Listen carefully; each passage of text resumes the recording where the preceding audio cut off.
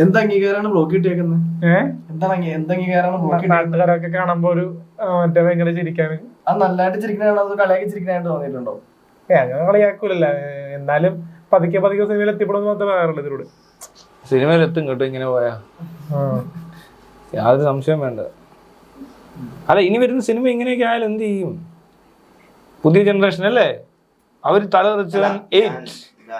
തലതെറിച്ചൻ fame ആലിൻ Jose Pereira അഭിനയിക്കുന്നു പറയുമ്പോൾ ചിലപ്പോൾ പുതിയൊരു പടം അങ്ങനെ സിനിമ എടുത്ത് എന്ത് ഇതിൽ കൂടുതൽ ആൾക്കാർ ഈ മലയക്കോട്ടെ കയറിയതിനേക്കാൾ ആൾക്കാർ ഇവന്റെ പടം കാണാൻ തിയേറ്ററിൽ ഉറപ്പായിട്ടും കയറും. ഒരു സംശയമില്ലടാ.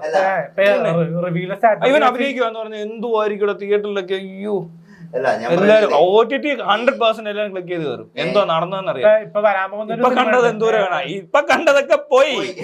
സിനിമ വരുമ്പോ തിയേറ്ററിൽ വരാൻ പോകുന്ന ഒരു പടമുണ്ട്, നാദർശിക്കന്റെ പടം.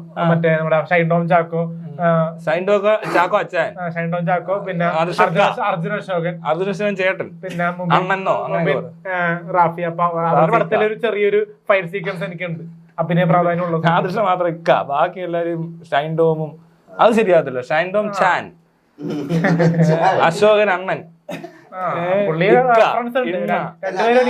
രണ്ടുപേരും സഹായിച്ചിട്ടുണ്ട് എന്നെ.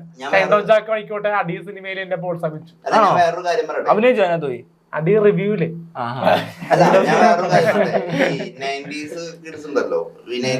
പണ്ട് നൊസ്റ്റാൾജിയായിട്ട് പറഞ്ഞിരുന്നത് മൊത്തം ആരൊക്കെയാണ്? ദൂരദർശൻ സിനിമ. അത് അങ്ങനെ മാത്രല്ലടാ, ഈ കൊറേ ഇൻഫ്ലുവൻസേഴ്സ് അന്നും ഉണ്ട് പലരും. അവരെയൊക്കെ കണ്ടാണ് അവര് വളർന്നതെന്ന് വൈറലാകാൻ വേണ്ടിയാണ് സിനിമക്കപ്പുറം ഒരു പണ്ട് സിനിമ കഴിയുമ്പോൾ ആൾക്കാർ ഞങ്ങൾ അലൻ ജോസ് പെരേരയുടെ കാലഘട്ടത്തിൽ ജീവിച്ച ആൾക്കാരാണ്. ഭാവിയിൽ നൊസ്റ്റാൾജി പറയുമ്പോ നൊസ്റ്റാൾജി അന്നുണ്ടെങ്കിൽ പറയും ഞാനിപ്പോ റാട്ടണ്ണനും അലൻ ജോസ് പെരേരയുടെ റിവ്യൂ പറഞ്ഞിരുന്ന കാലഘട്ടം ഏതോ ഏലിയ വന്നിരുന്ന റിവ്യൂ പറഞ്ഞോണ്ടിരിക്കുകയാണ്. അതെ, അന്നത്തെ റിവ്യൂ റിവ്യൂ ഒന്നും ഇല്ല. അതൊക്കെയാ റിവ്യൂ. അല്ല, സിനിമയെക്കാളും നമുക്ക് താല്പര്യം റിവ്യൂ ആയിരുന്നു. കാരണം സിനിമയൊക്കെ പൊട്ടിത്തെറിച്ചോണ്ടിരുന്ന കാലഘട്ടമായിരുന്നു എന്നൊക്കെ പറഞ്ഞ് ഇപ്പോഴത്തെ പിള്ളേരൊക്കെ വന്നിരുന്നു.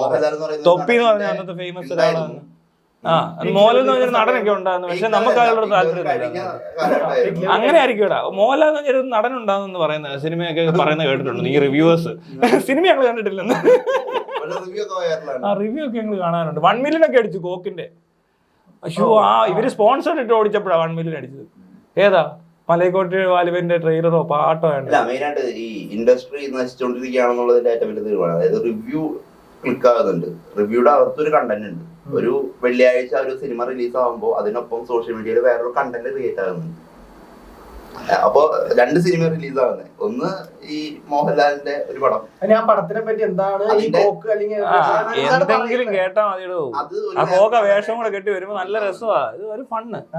അല്ലാതെ ആർക്കും സിനിമ അഭിപ്രായത്തോട് ഞാൻ യോജിക്കുന്നില്ല. ഇപ്പൊ കോക്ക് പറഞ്ഞു മലയക്കോട്ടെ വാലപുരക്കാലം നല്ലതാണ് തലകച്ചവടം എന്ന് പറഞ്ഞു. അതിനോട് ഞാൻ യോജിക്കുന്നില്ല. നമ്മളത് അത്ര വലിയൊരു മഹത്തായ സംഭവമായിട്ട് കാണുന്നില്ല. ഒരു ചെറിയൊരു പരീക്ഷ. അത് താൻ ഒത്തിരി ഹമ്പിൾ ആയതുകൊണ്ട് തോന്നുന്നു, ഡൗൺ ടു എർത്ത് ആയതുകൊണ്ട്. അതിനടുത്ത് ഇത്രയും വിനയുള്ള ഒരാള് അങ്ങനെയൊക്കെയല്ലേ തോന്നുന്നുള്ളൂ. ഇപ്പൊ പണ്ട് മറ്റേ സന്തോഷ് പണ്ട് കൃഷ്ണന്റെ അത് ഇറങ്ങിയപ്പോ കുറെ പേര് അതിനെ വിമർശിക്കാൻ ഇറങ്ങി. അതിപ്പോൾ അത് നല്ല ആളെന്ന് പറയുന്നുണ്ട്. അപ്പൊ എന്റെ റിവ്യൂ ഒക്കെ വന്ന സമയത്തെ ഇതിനേക്കാളും നല്ല സന്തോഷ് പണ്ടിന്റെ അതൊക്കെ ഒരു മനുഷ്യന്റെ ക്വാളിറ്റി എന്ന് പറയാം. കുറച്ച് ക്ലിപ്സ് മാത്രം. ഇത്ര മഹാനായ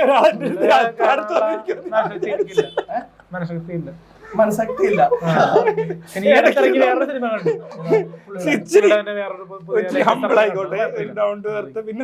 പുള്ള പക്ഷെ കുറച്ചു പ്രായം കുറവ് നായകന്മാരെ വെക്കുന്നത് സന്തോഷ് പണ്ടിട്ട്. നായകനെ വെക്കാത്തത് തലതിരിച്ചതിൽ എന്തുകൊണ്ട് നായകന്മാരില്ല? നമുക്ക് ആരും വന്നിട്ടില്ല. നമുക്ക് ഇനി അടുത്ത പുതിയ കഥകൾ ആലോചിക്കുമ്പോൾ പുതിയ നായകന്മാർ വേണമെങ്കിൽ നമുക്ക് ഫോൺ നമ്പറിൽ വിളിക്കാം. 9947519818. തകർത്ത്. പിന്നെ അതില് ഫ്രീ ആയിട്ട് അഭിനയിപ്പിക്കൂല, 1 ലക്ഷം ഒന്നാലും അഭിനയിപ്പിക്കൂല.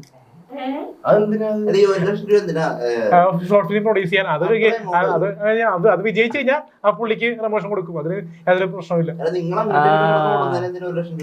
അതല്ല, ഒരു നല്ലൊരു സീരീസ് ഇറക്കുന്നെങ്കിൽ അതിന് നല്ല ക്യാമറ വേണം, നല്ലൊരു ടെക്നീഷ്യൻ.